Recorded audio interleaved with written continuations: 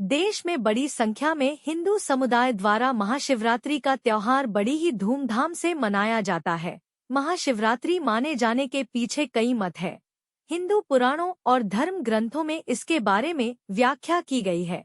शिवरात्रि मात्र एक त्योहार नहीं, बल्कि यह ऐसा दिन है जब आपके मन मस्तिष्क में ऊर्जा का नया स्वरूप उत्पन्न होता है।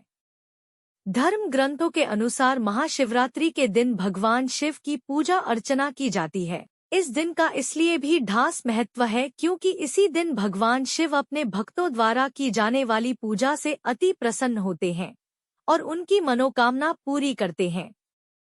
शिव पुराण के मुताबिक इस दिन महादेव लिंग रूप में प्रकट हुए थे, लेकिन मान्यता है शिव पार्वती विवाह हुआ।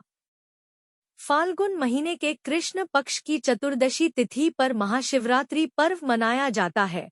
ज्योतिष ग्रंथों के मुताबिक चतुर्दशी तिथि के स्वामी शिव होते हैं, इसलिए हर महीने के कृष्ण पक्ष की चतुर्दशी तिथि को मासिक शिवरात्रि मनाई जाती है और उस दिन शिवजी की विशेष पूजा करते हैं। शिवरात्रि पर्व से जुड़ी कई मान्यताएं हैं जो भगवान शिव के प्राकट्य, विवाह, समुद्र मंथन और कैलाश पर्वत से जुड़ी हैं। शिवरात्रि का अर्थ है वो रात्रि जिसका शिव तत्व के साथ घनिष्ठ संबंध है। भगवान शिवजी की अतिप्रिय रात्रि को शिवरात्रि कहा गया है। इस व्रत में रात भर जागरण और रुद्राभिषेक करने का विधान है। स्कंद पुराण में कहा गया है कि महाशिवरात्रि का पूजन, जागरण और उपवास करने वाले का पुनर्जन्म नहीं हो सकता, अर्थात उसे मोक्ष की प्राप्ति होती है। ब्रह्मा, विष्णु तथा पार्वती के पूछने पर भगवान शिव ने बताया कि शिवरात्रि व्रत करने से महान पुण्य की प्राप्ति होती है। शिव पुराण में मोक्ष के 4 रास्ते बताए हैं।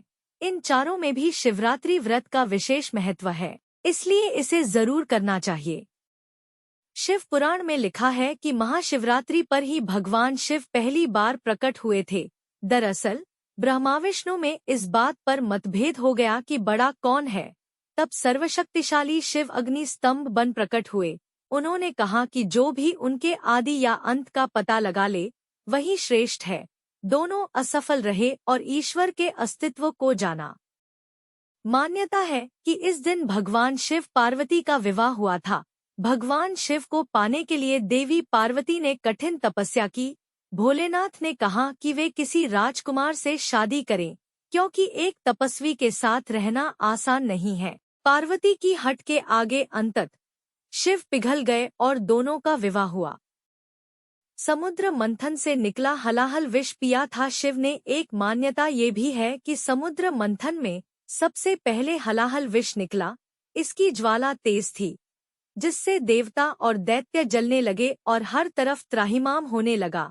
तब सबने शंकर जी से प्रार्थना की, तब महादेव उस विष को पी गए। इसी के प्रभाव के चलते शिवजी का कंठ नीला पड़ गया। इस गर्मी को कम करने के लिए देवताओं ने शिवजी पर बिल्वपत्र चढ़ाए।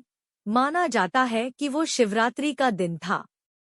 यौगिक परंपरा में शिव देवता नहीं, आदिगुरु माने गए हैं, यानी पहले गुरु जिनसे ज्ञान उपजा।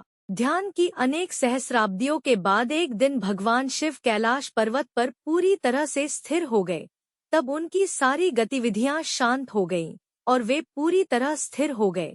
माना जाता है कि वो दिन महाशिवरात्रि का था।